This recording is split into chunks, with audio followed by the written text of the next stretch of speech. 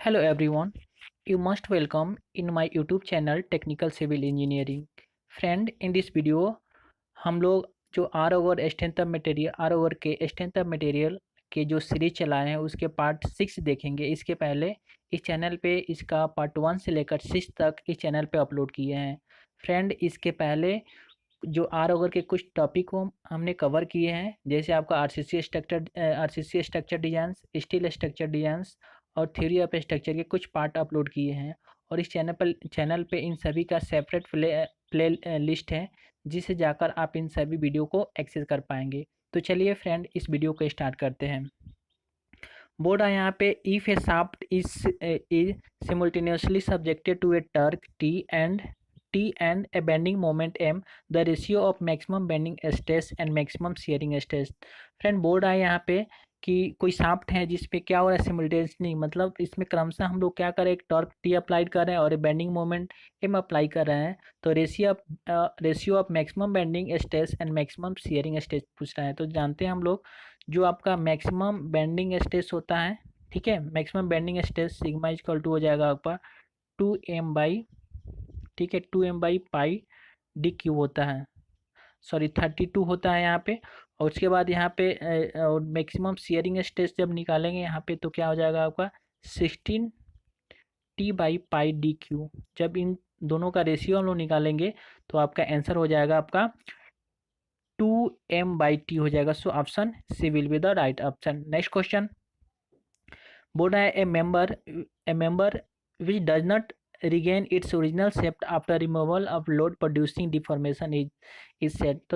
तो फ्रेंड, आप जानते हैं जब किसी मेंबर पे जब हम उस पर लोड अप्लाई करते हैं और उस लोड को फिर से उसको रिगेन कर ले, मतलब उसको लोड को रिमूव करने के बाद जो शेप अपने ओरिजिनल शेप में नहीं आते उसी को हम बोलते हैं प्लास्टिक, ठीक है, प्लास्टिक मटेरियल। सो आपका answer A will be the right option. अगर वहीं जो मतलब अपने जो शेप में उसको रीगेन कर ले उसको हम इलास्टिक मटेरियल बोलते हैं। So A will be the right option, ठीक है। Next question, strain energy of any member may be define as work done on it. तो फ्रेंड, आप जानते हैं जो एनर्जी क्या होता है, आप जब स्ट्रेस और स्ट्रेन के भर में देखेंगे तो आपका हो जाएगा 1/2 अप्लाइड लोड इंटू आपका क्या हो जाएगा, यहाँ पे आपका डिफ्लेक्शन हो जाएगा। जब इसको आप तोड़ेंगे यहाँ पे डिफ्लेक्शन को स्ट्रेस और स्ट्रेन के फॉर्म में डालेंगे यहाँ पे, तो क्या हो जाएगा आपका, जब इसको अधिक आप इसको एक्सप्लेन करेंगे तो आपका 1/2 stress into strain into volume of the member. So आपका answer C will be the right option. Next question, a maximum stress intensity due to suddenly applied load x times the stress intensity produced by the load of the same magnitude applied gradually, the value of x is। तो friend, हम लोग जानते हैं कि जब हम लोग sudden load apply करते हैं, ठीक है, तो कितना होता है, जो एक्चुअली जो मतलब ग्रेजुअली जो आप लोड अप्लाई करेंगे उसके कितने होते हैं, 2 टाइम्स होते हैं। तो वही बोल रहा है कि the maximum stress intensity due to suddenly applied load x time the shear stress intensity produce by the load of the same magnitude applied gradually, ठीक है। तो क्या हो जाएगा, 2 टाइम्स होता है। सो आपका answer B will be the right option 2 हो जाएगा, ठीक है। नेक्स्ट क्वेश्चन, बोल रहा है कि a member which is subjected to reversible, ठीक है, यहाँ पे रिवर्सिबल टेंसाइल और कंप्रेसिव स्ट्रेस में fail at a stress lower than the ultimate stress of the material.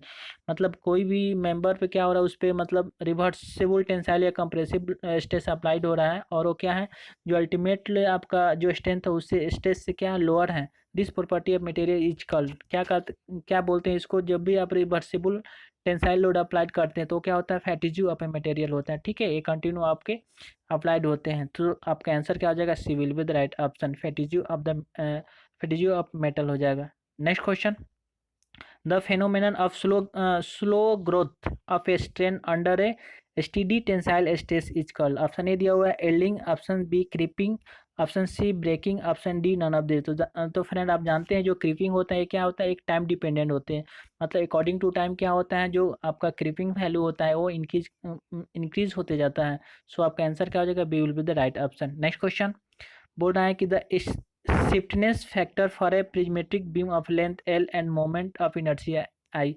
तो फ्रेंड, यहाँ पे स्टिफनेस नहीं होगा, यहाँ पे आपका स्टिफनेस हो जाएगा, ठीक है। पूछा स्टिफनेस फैक्टर क्या हो जाएगा, तो आप जानते हैं जो स्टिफनेस फैक्टर होता है वो क्या होता है, इसमें तो दिया है E/I, E I by L दिया हुआ है, लेकिन आप इसके डिफरेंट टाइप्स ऑफ कंडीशन होते हैं। जैसे मतलब स्टिफनेस ऑफ ए मेंबर, कोई मेंबर यहाँ पे दिया रहेगा, स्टिफनेस ऑफ ए मेंबर मान के चलिए कोई मेंबर यहाँ पे दिया हुआ है, ठीक है, इसके वन इंड फिक्स है और दूसरा आपका जो अदर इंड क्या है, यहाँ पे एक रोलर सपोर्ट दिया हुआ है, ठीक है। अब जानते हैं स्टिफनेस क्या होता है, it is the moment required to be applied at a joint so as to produce a unit rotation at that point, ठीक है। यहाँ पे कोई मोमेंट अप्लाई करेंगे तो इसमें यूनिट रोटेशन आएगा, उसी को स्टिफनेस बोलते हैं। तो इसके डिफरेंट टाइप्स ऑफ कंडीशन भी होते हैं, टू टाइप्स की होती हैं। स्टिफनेस ऑफ मेंबर, मान के चलिए कोई ए इसका मेंबर है और बी मेंबर है यहाँ पे, तो stiffness of a member B से लेकर ए, इसमें क्या हो जाएगा, बी ए मेंबर में स्टिफनेस, अगर इसका जो अदर एंड क्या है आपका फिक्स्ड है यहाँ पे, ठीक है, और ये आपका रोल है, तो इसमें क्या हो जाएगा आपका स्टिफनेस क्या हो जाएगा, आपका आपका क्या हो जाएगा 4EI/L हो जाएगा, ठीक है।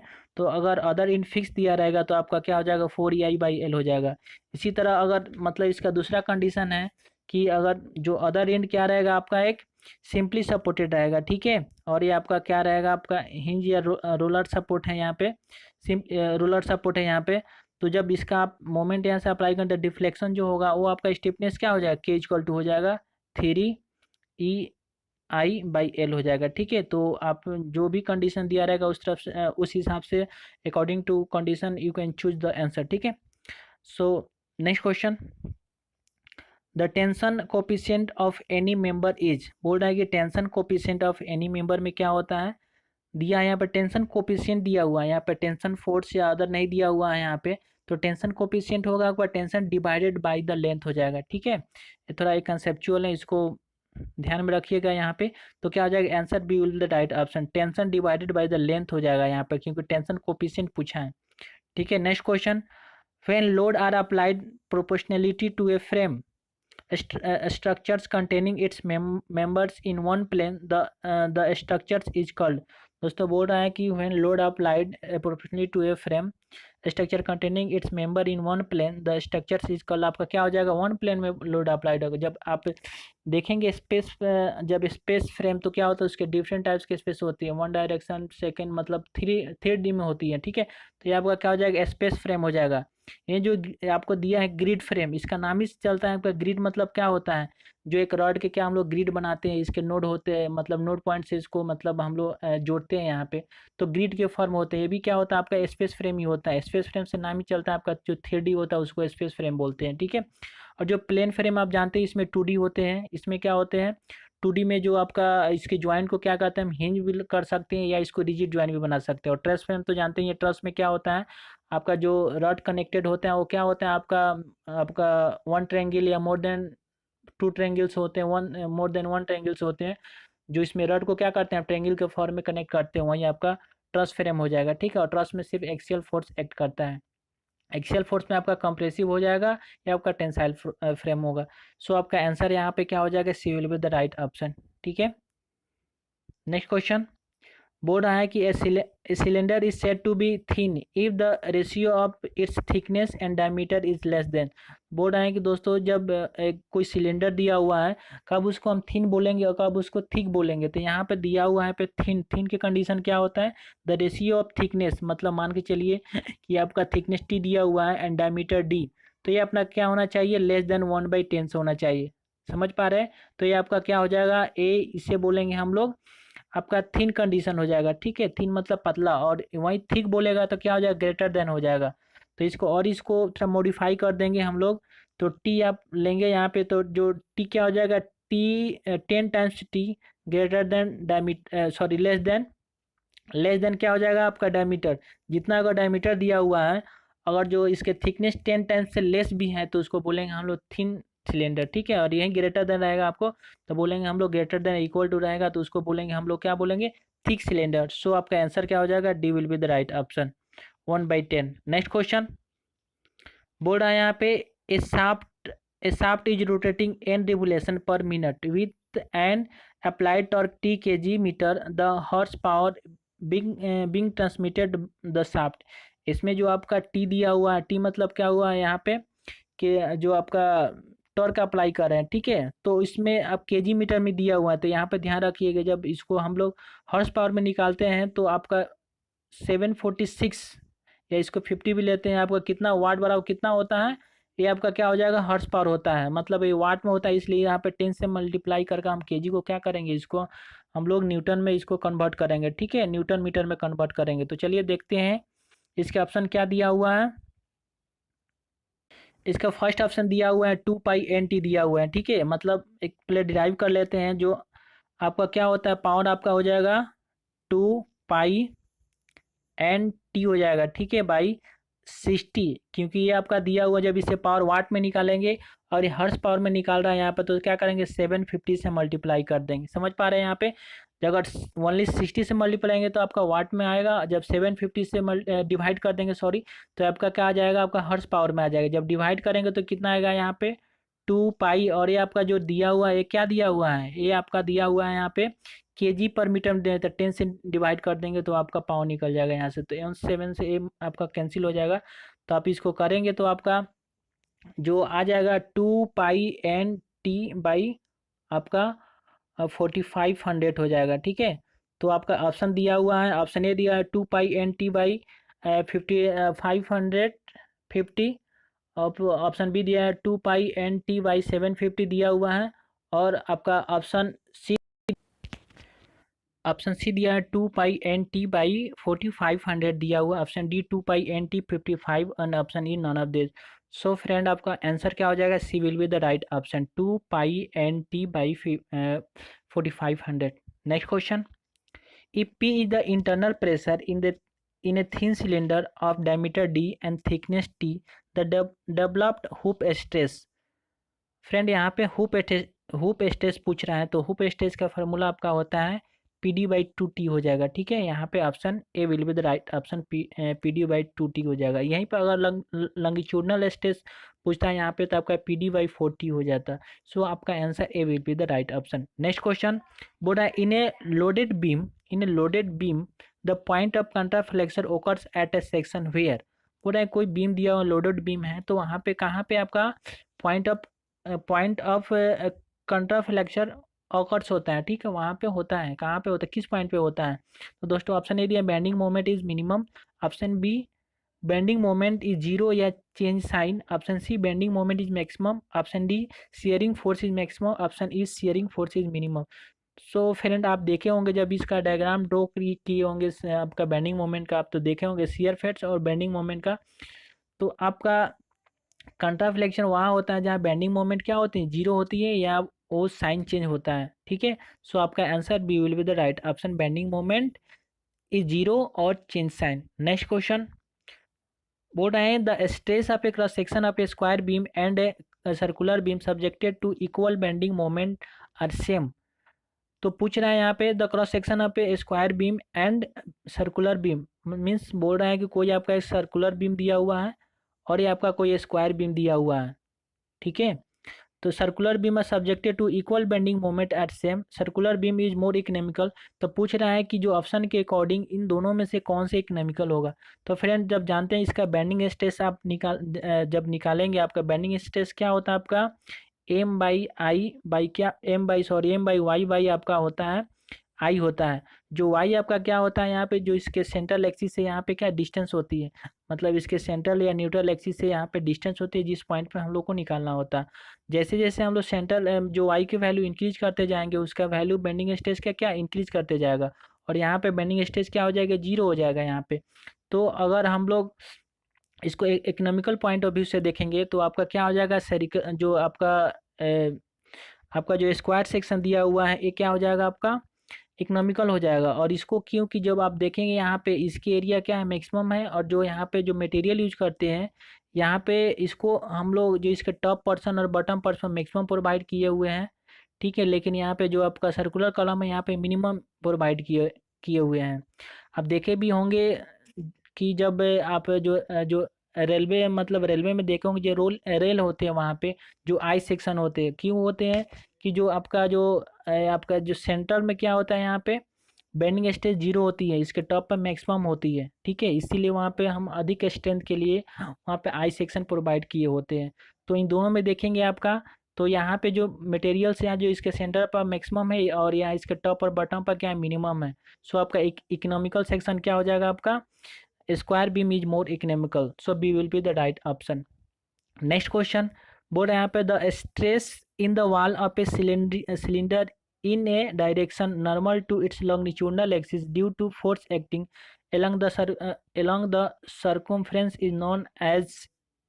बोल रहा है यहाँ पे कि दोस्त the stress in the wall of a cylinder is in a direction normal to its longitudinal axis due to force acting along the circumferential is known as. ठीक है, तो इसको क्या बोलेंगे? ठीक है, मतलब बोल रहा है यहाँ पे कोई सिलेंडर मतलब दिया हुआ है, कोई सिलेंडर का फॉर्म में है, वहाँ पे direction normal to its longitudinal axis, जो इसके लॉन्गिट्यूडनल एक्सिस के क्या नॉर्मल है तो उसको हम बोलेंगे हुप स्ट्रेस, या इसी को बोलते हैं हम सर्कमफ्रेंशियल स्ट्रेस। ठीक है, सो ऑप्शन क्या हो जाएगा आपका? आपका C will be the right option. इसके पहले भी देखे थे, इसका वैल्यू क्या होता है? PD/2T होता है। ठीक है, मतलब आपका फोर्स अप्लाई मतलब प्रेशर आएगा, उसका डायमीटर दिया रहेगा, इसका थिकनेस भी दिया रहेगा, तो PD/2T हो जाएगा। अगर आप पूछेगा इसका वैल्यू निकालने के लिए 2T हो जाएगा, प्रेशर डायमीटर और थिकनेस दिया रहेगा, तो हम इसका हुप स्ट्रेस निकाल लेंगे। अगर लॉन्गिट्यूडनल पूछेगा तो क्या हो जाएगा? PD/40 हो जाएगा। ठीक है, अगर इन दोनों का रेशियो पूछेगा आपका कि hoop stress by longitudinal stress तो क्या हो जाएगा? 2 हो जाएगा। ठीक है, इस तरह से मतलब इतने टाइप के क्वेश्चन यहाँ पे एराइज हो सकते हैं। नेक्स्ट क्वेश्चन बोल रहा है यहाँ पे in a shaft rotate by a couple. ठीक है, कोई शाफ्ट है और वो rotate by a couple the shear force varies. मतलब शियर फोर्स आप इसके पहले वाले वीडियो में बताए थे हम कि मान के चलिए आपका कोई शाफ्ट है, जब इसका स्ट्रेस आप स्ट्रेस डिस्ट्रीब्यूशन अब जब डायग्राम देखेंगे इसका तो क्या हो जाएगा? यहाँ पे आपका स्ट्रेस डिस्ट्रीब्यूशन डायग्राम देखेंगे यहाँ पे, तो इसके सेंटर पर क्या हो जाएगा? 0 हो जाएगा, और यहाँ पे इसके टॉप पे क्या होते हैं? जो एक्सट्रीम फाइबर पे क्या होते हैं? यहाँ पे मैक्सिमम हो जाते हैं। ठीक है, तो वहीं इसका ऑप्शन क्या हो जाएगा? यहाँ पे फिक्स इन हो जाएगा। तो वहीं बोल रहा है कि shaft rotate by a couple the shear force varies किसके थ्रू वैरी करता है? आपका from 0 at the centre to maximum at the circumference. Option B from minimum at the centre of maximum at the circumference. Option C from maximum at the centre to 0 at the circumference. Option D equal throughout the section, and option E none of this. तो दोस्तों friend क्या हो जाएगा? इसके centre पे 0 हो जाएगा और इसके जो मैक्सिमम एट द सर्कमफ्रेंस हो जाएगा। So option A will be the right option. Next question बोल रहा है if a member carries a tensile force P on its area of a cross section A, the normal stress introduce on an inclined plane making an angle theta with its transverse plane is. तो दोस्तों पूछ रहा है कि normal stress क्या होगा यहाँ पे? ठीक है, नॉर्मल स्ट्रेस मतलब आपको मान के चलिए कि यूनी एक्सियल डायरेक्शन में कोई स्ट्रेस लग रहा है यहाँ पे, और इंक्लाइंड कितना से? थीटा से है, तो ये आपका वैल्यू हो जाएगा P/A into cos square theta हो जाएगा। ठीक है, और यहीं पर आपका पूछे कि शियर स्ट्रेस क्या हो जाएगा, तो आपका P/2A इंटू साइन 2 थीटा हो जाएगा। ठीक है, तो आपका अगर पूछ रहा है कि शियर स्ट्रेस के लिए तो PA/ यहाँ पे अगर साइन 2 थीटा लिख देंगे यहाँ पे, तो ये आपका क्या हो जाएगा? यहाँ पे शियर स्ट्रेस के लिए हो जाएगा। और अगर नॉर्मल स्ट्रेस पूछ रहा है तो P/A into cos square theta. So आपका आंसर क्या हो जाएगा? B will be the right option. Next question बोल रहा है पे in a square beam loaded longitudinally shear develop. मतलब कोई आपका स्क्वायर बीम है यहाँ पे। ठीक है, कोई स्क्वायर बीम है, इस पे क्या हम इसको लॉन्गिट्यूडनली इसके लोड मतलब लोडेड किए हैं, यहाँ पे लोड अप्लाइड कर रहे हैं यहाँ पे। तो बोल रहा है कि option is on a middle fibre along horizontal plane, on lower fibre along horizontal plane, on top fibre along vertical plane. Option D equally on each fibre along horizontal plane. तो इसके हॉरिजॉन्टल प्लेन में ही क्या होता है? Each प्रत्येक point पे यहाँ पे एक्ट करेगा। सो आपका answer D will be the right option. ठीक है, नेक्स्ट क्वेश्चन पूछ रहा है in a beam the neutral plane in a beam neutral plane.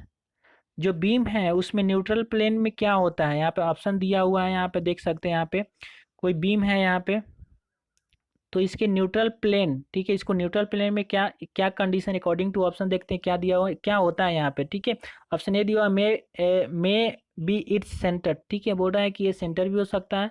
ठीक है, option B pass through the CG of the area of correct section. ठीक है, ये जो एरिया ऑफ करेक्ट सेक्शन है CG से पास हो सकता है। इसका जो आपका क्या बोल रहा है यहाँ पे? बोल रहा है कि आपका in a beam the neutral plane. ठीक है, जो न्यूट्रल प्लेन होगा क्या होगा? इसके CG से पास हो सकता है। C does not change during the deformation.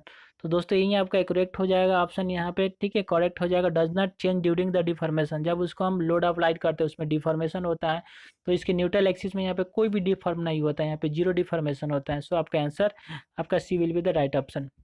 Next question, a beam is said to be uniform strength.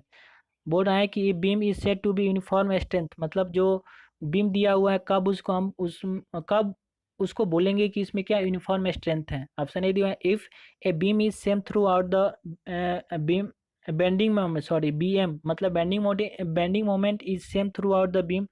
Option B, deflection is same throughout the beam. Option C, bending stress in same throughout the beam. And option D दिया हुआ, shear stress is same throughout the beam.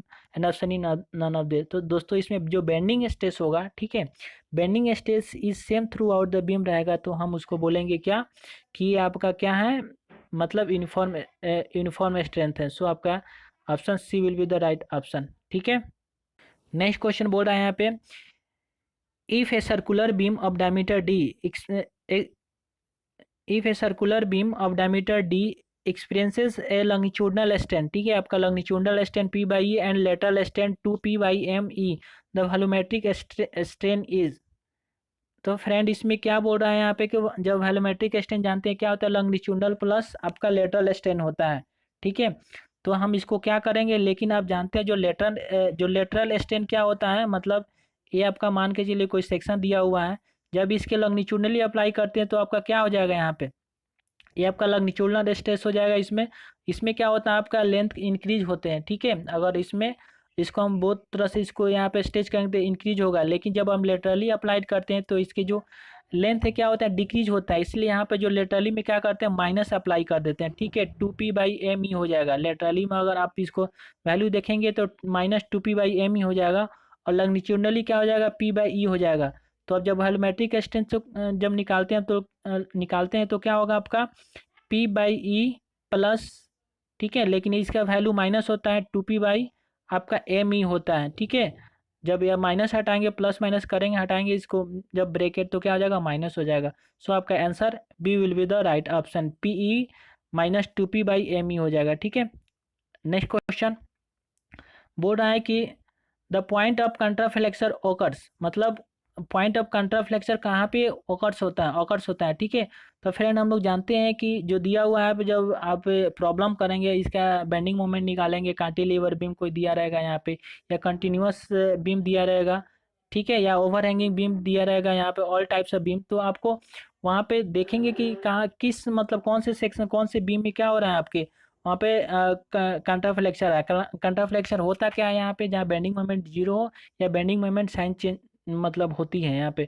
तो option C overhanging beam हो जाएगा। मान के चलिए आपको कोई ओवर हैंगिंग बीम दिया हुआ है, ठीक है, ओवर हैंगिंग बीम दिया हुआ है, तो ये आपका बीम है, तो इस इन पे यहाँ पे सपोर्ट दिया हुआ है, यहाँ पे आपका एक सपोर्ट दिया हुआ है, और इसको यूनिफॉर्मली लोड अप्लाइड है, तो इसका जब बेंडिंग मोमेंट डायग्राम आप निकालेंगे डब्लू, तो कुछ इस टाइप का होगा। ठीक है, यहाँ पे आपका इस टाइप का, इस ये तो आपका फ्री है तो यहाँ जीरो हो जाएगा, और यहाँ भी जीरो हो जाएगा। यूनिफॉर्मली है तो आपका इस टाइप का सेक्शन आ जाएगा। ठीक है, तो देखेंगे यहाँ पे कंट्राफ्लेक्सर कहाँ रहे, यहाँ पे आ रहे हैं, यहाँ पे बेंडिंग मोमेंट जीरो भी, यहाँ भी जीरो हो जा रही है, लेकिन यहाँ पे साइन जो चेंज हो रही है, तो आपका option C will be the right option. क्या हो जाएगा आपका, ओवर हैंगिंग बीम ओनली। ठीक है, ओवर हैंगिंग बीम में क्या हो जाएगा आपका, कंट्राफ्लेक्शन हो जाएगा। सो आपका answer C will be the right option. ठीक है, नेक्स्ट क्वेश्चन बोल रहा है यहाँ पे, a simply supported beam L+2A with equal overhanging A, ठीक है, carries uniformly distributed load over the whole length.